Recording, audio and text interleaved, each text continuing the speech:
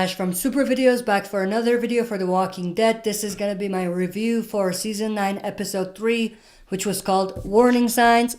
So overall, I actually did really enjoy this episode. It was definitely a slow-paced episode, and there wasn't that much action, especially if we compared this episode to the last two episodes. However, I feel like the conclusion of that build-up, of that slowness of the episode, really paid off at the end.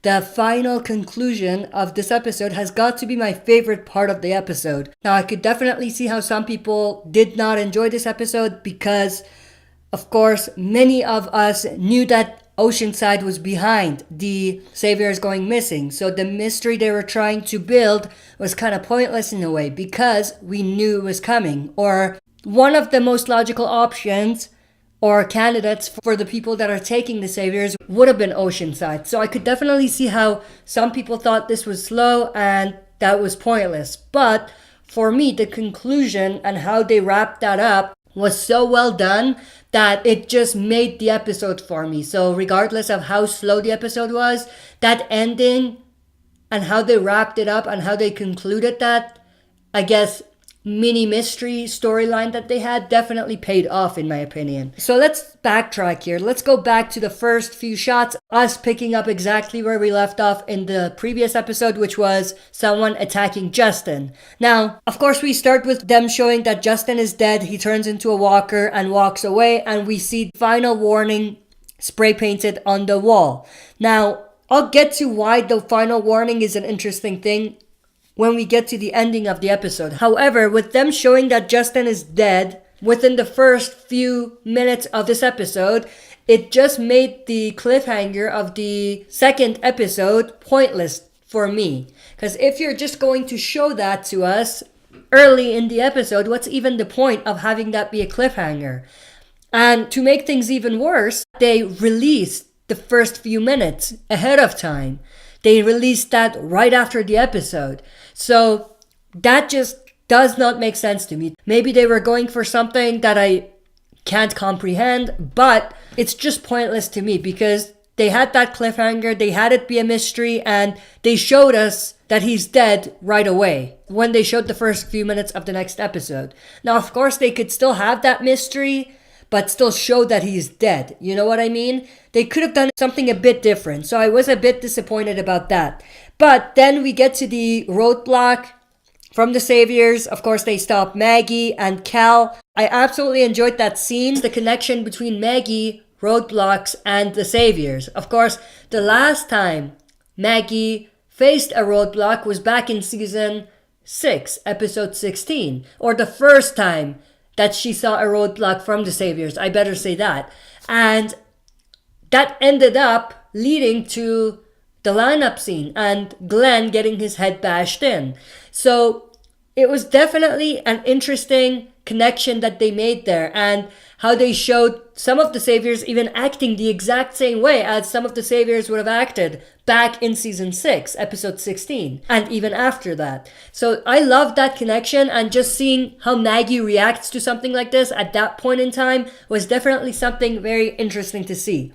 Then we get the Rick, Michonne, Judith family time at Alexandria. Now that's heartbreaking, and I really hate writers for doing that, and not in a bad way, in a good way, because of course this may be one of the last times Rick spends time with Judith, and maybe even spends time at Alexandria. So we could possibly be seeing Rick's last moments at Alexandria and also with Judith. So that's very interesting. Of course, we do see them back at Alexandria in the next episode, but what I mean by that is them actually showing Rick spending time with people at Alexandria and interacting with people at Alexandria. I don't think we will see that again. And I most definitely don't think they will show us more Rick Judith moments. I think this was the last one. So that's what makes it even more heartbreaking, and that's exactly why I think they did it. Because they knew that this is going to be Rick's last season. He only has like 2 more episodes to go. They had this in here to add to the impact that his death would potentially have. But I really did enjoy what they did with that. But of course, like I said, it was definitely heartbreaking.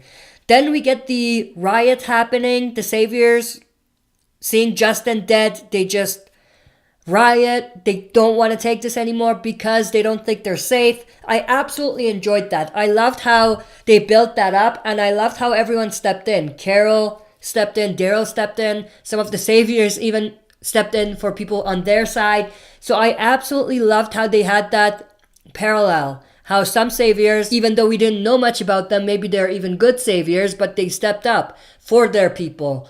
And in the same way, Daryl and Carol stepped up for their people. And even Alden was trying to be the voice of reason. I absolutely enjoyed that. And of course, Rick shows up in time to save everyone. That was also epic to see. Then we have the conversation between Daryl and Rick. I really enjoyed that. I loved how Daryl asks Rick, is this the type of things you used to do? Of course, referring back to when he was a cop. I really liked that.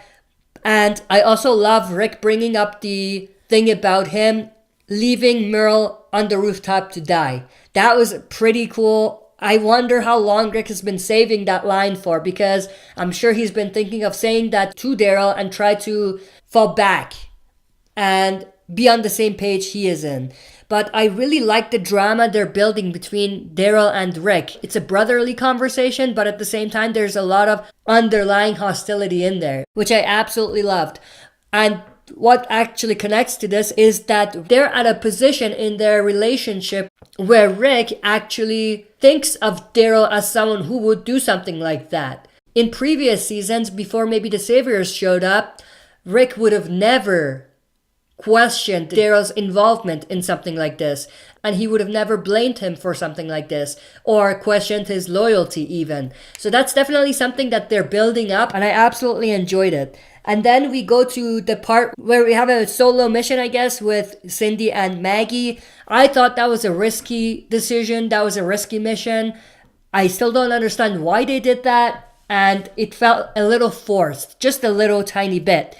But then, of course, they come back, they find that Beatrice has been knocked out and Rot is also missing. At that point, I was a bit confused because I was sure, like 90% sure, that Cindy and the Oceanside had something to do with Saviors going missing. However, when I saw that, I kind of questioned whether this was true, because they definitely did something where it confused us. But at the same time, it was a strategic move by the Oceanside themselves, because Beatrice, of course, made it look like she was knocked out. And at that moment in time, I didn't really think of the Oceanside playing a game like that. So that was definitely a cool twist that they had in there. Of course, it was a little obvious when I think of it now, but when it happened right then and there, it kind of throws you off a little bit. But then, of course, you do think about it and you do put the pieces of the puzzle together again, and you do realize that most likely the Oceanside has something to do with it. But at that moment in time, it was definitely a cool twist that they had in there. Then we have this conversation between Carol and Rick. Although I did enjoy that conversation, it felt natural, it felt genuine, and I even love how they bring up some things from the past. I absolutely love that, but it was dragged on a little bit too much, I think, and it could have been polished a little bit in a way where it has the same effect, but it's not as long as it was. I felt like they spent a little bit too much time on that specific scene. But then we get to the part where Daryl mentions or reveals that he knows who took a Rot and who could potentially be behind the Whisperers going missing. So that was pretty cool to see. There was a bit of mystery there, but at the same time, that was a bit too much, because at that point, we've kind of seen enough to know it's the Oceanside, so they don't need to build on this mystery any longer. They could have just revealed it to us right then and there. They didn't need to drag it on and go to commercial and come back. It would have been better if they just revealed it right then and there, because I feel like we've already had enough information by that point to know what's going on. So they didn't need to drag it on as long as they did for that specific scene. We get the part with Anne or Jadis going to the junkyard, revealing her secret that there's a community. And for those of you that didn't realize, there is another community probably out there. She trades people for supplies. So they tell her to bring A or B She does that and they give her supplies. And of course, she used that supplies for her people back when the junkyard was still standing and back then when the scavengers were still the scavengers. But I'm starting to get really annoyed with Jadis. She's not even Anne at this point. She will forever remain Jadis in my opinion. And I feel like there's a lot of repetitive storylines for her. It's annoying me a little bit and it's just boring me a little bit. Like at this point, I don't really care about her story anymore. Just get it over with. You know what I mean? She's another loose end from a previous season that needs to be dealt with. In terms of what A and B could be, I will have a standalone video on that. I don't want to make this video super long, but just overall, that part of the story, I just don't care about. I mean, they could have removed that completely. I know that's connected to the helicopter, and the helicopter is going to be a big deal this half of the season maybe, but if that's what the story is with the helicopter, then that's just pointless. And I just don't like it. I'm just being honest. And of course, it ends with Jadis knocking Gabriel out, which was, again, repetitive. So I'm just going to move past that because I'll be ranting if I keep continuing. We have that insane scene between Carol and Rick versus the savior named Mud. I don't remember his real name. I'm just going to call him Mud. He has Carol at knife point. I absolutely loved that conversation that they had and that whole scene, how it played out. I absolutely loved that. I knew something was up. I knew Carol has something up her sleeve. Literally. And I even say that in my reaction. But she did the exact same thing, if you remember, in season 6. When the savior stopped her, they were going to Alexandria. She put on an act and started crying, and she took out an Uzi, I think, and just shot the saviors. And it was up her sleeve.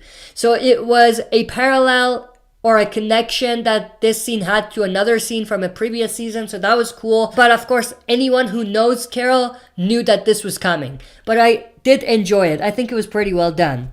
Now we get to the ending with them revealing that the Oceanside took the saviors and what ended up leading to Arat's execution. I absolutely enjoyed that scene. Now, one thing I do want to mention, spray painted message in the background, which said final warning, that was actually written by Simon when he and the saviors came in and killed the Oceanside members, the men. It wasn't a new message, but I absolutely loved that scene. I mean, I don't want to go into specifics. You've already seen it. I don't want to rephrase everything that was said, but I absolutely enjoyed that. And the performance by the actress that plays Cindy, the actress that plays Arat, Maggie, and also Daryl, that was phenomenal. I thought that was pretty well done.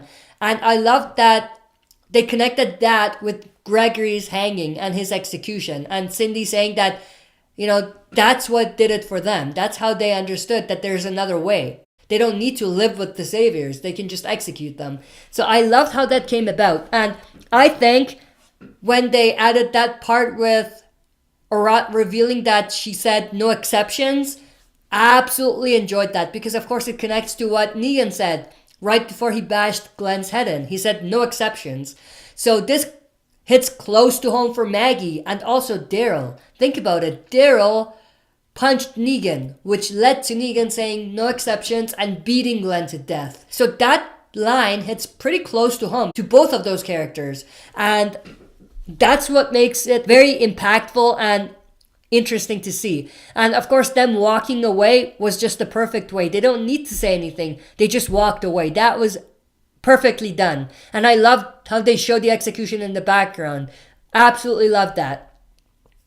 But did Arat deserve it? I think so. I think she did deserve it. She was changing, but you can never come back from that. You killed an 11-year-old and you enjoyed it. You were laughing, you were smiling, you were threatening them, you were enjoying your power. So there's no way to come back from that. There's no way to redeem yourself after that. And of course, you could say the same thing with Negan. But that being said, Negan didn't have anything to do with that. Simon did. Negan, as bad as he is, he stayed away from that. He disagreed with Simon killing people like that. So I think that's a fine line separating saviors like Simon, like Arat from Negan. At the end of the day, I think she deserved it. This review was super long, but there was a lot of stuff that I didn't want to go over for this episode. But overall, I absolutely enjoyed the episode. It was a little slow, but that conclusion made the episode worth it for me. So that's basically it for my review. That's it for this video. See you next time for another super video. If you like what you see, press like, subscribe for more content, and press the bell button to receive notifications for daily uploads. Like and follow the Facebook page of this channel to join our community, and check out the upload schedule to learn more about daily uploads.